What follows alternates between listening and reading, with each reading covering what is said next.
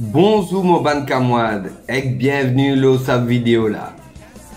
Moi besoin de vous un grand merci pour le soutien dans mon projet cabinet consultant.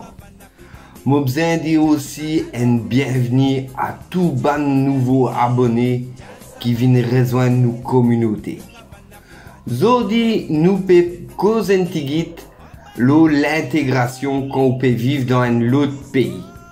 Bon, on arrête là la leçon de créole. Avant de commencer, j'aimerais juste vous parler d'une page Instagram, pas celle de la chaîne, que vous pourrez retrouver sur la version mobile dans la rubrique à propos ou alors sur la version PC dans la bannière. Mais celui d'un groupe de Mauriciens qui propose des excursions hors des circuits touristiques pour une expérience la plus authentique possible, avec des paysages à couper le souffle. Je vous partage le lien de la page dans la description. Comme vous l'avez sûrement compris, aujourd'hui on va parler d'intégration. On ne va pas parler d'argent, mais plutôt de l'aspect ressenti et émotionnel de l'intégration. Je suis d'accord avec les pragmatiques que l'argent est quand même important lors d'une expatriation, mais ce n'est pas le plus important à mes yeux dans ce projet. Car même si vous avez suffisamment d'argent, mais que vous ne vous sentez pas à votre place là où vous êtes, vous n'y resterez pas. Ou alors c'est qu'on n'a pas les mêmes valeurs et ça c'est encore possible aussi.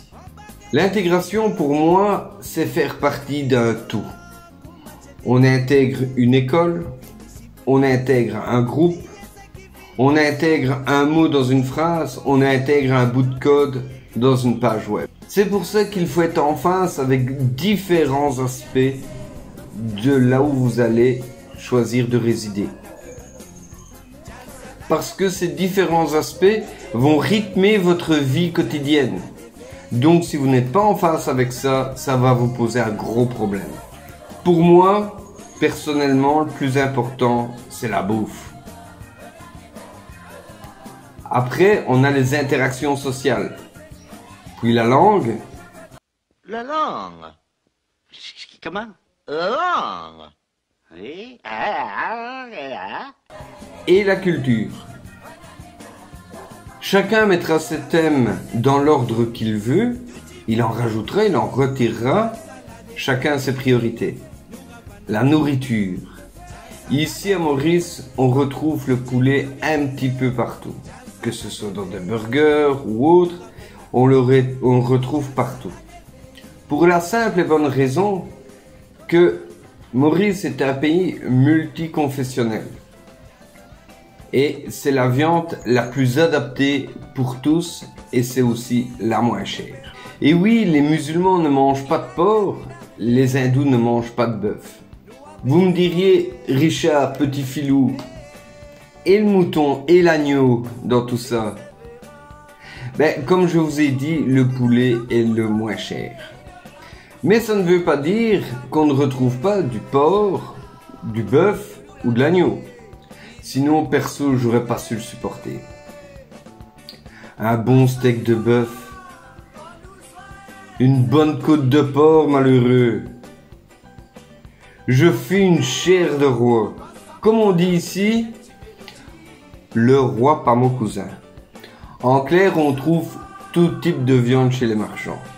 Et pour ceux d'entre vous qui sont friands de légumes ou qui sont végétariens, aucune crainte.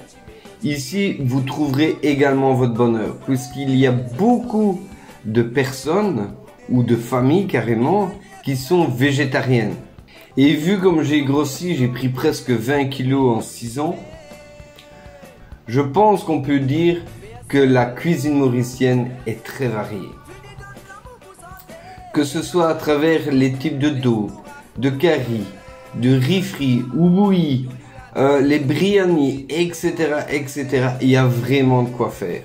Pour moi, aller dans un pays où les gens font la gueule à longueur d'année, et quand vous leur demandez un renseignement, ils vous disent désolé, j'ai pas le temps, ou alors qui sont à la limite de vous agresser parce que vous leur avez posé une question, c'est pas pour moi. Ici, tous les Mauriciens à qui j'ai pu parler m'ont toujours bien accueilli.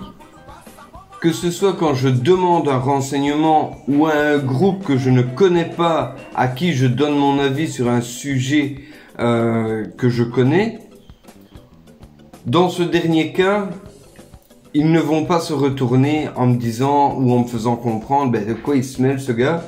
Non, au contraire, ils vont m'intégrer dans la conversation. La langue.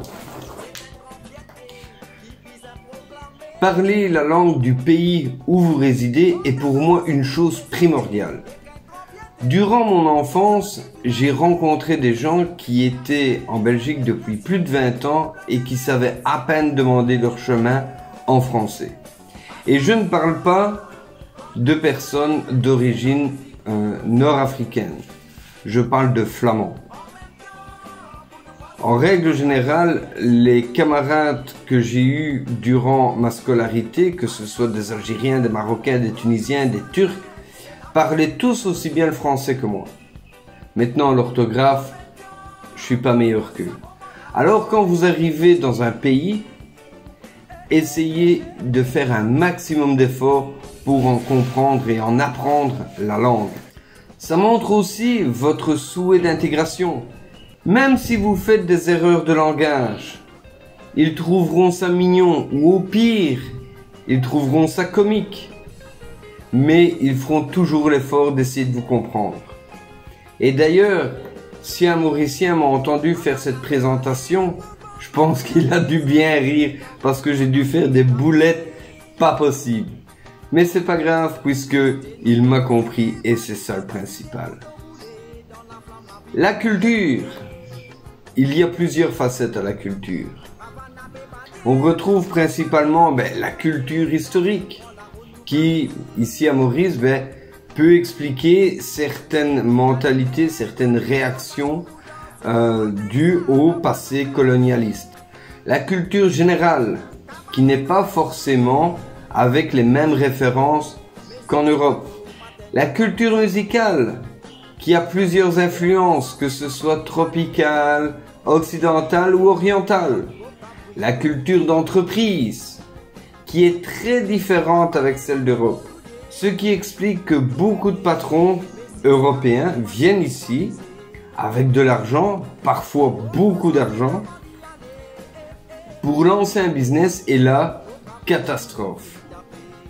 Les employés n'adhèrent pas du tout à la méthodologie du patron. Qui ne changera pas sa méthodologie, bien sûr, puisqu'il a fait 15 ans d'études en management ou il a 15 ans d'expérience en gestion d'équipe, que ce soit en Europe ou ailleurs. Donc, pourquoi ça serait lui le problème?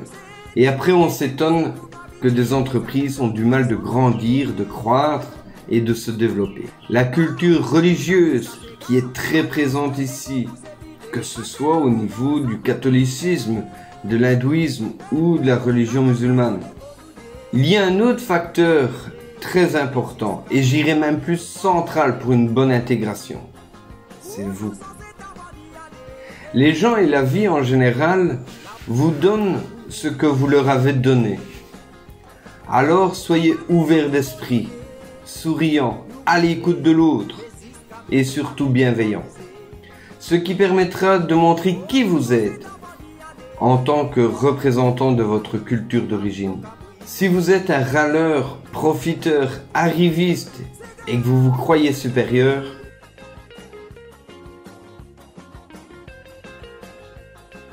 il est clair que vous et moi, on n'aura pas les mêmes expériences et on n'expliquera pas les mêmes choses. J'espère que vous avez pris autant de plaisir à regarder cette vidéo que moi à la faire. Si c'est le cas, n'hésitez pas à laisser un petit pouce bleu, ça fait toujours plaisir de voir que vous avez aimé. Sur ce, prenez soin de vous, je vous remercie et à bientôt. Ciao, ciao.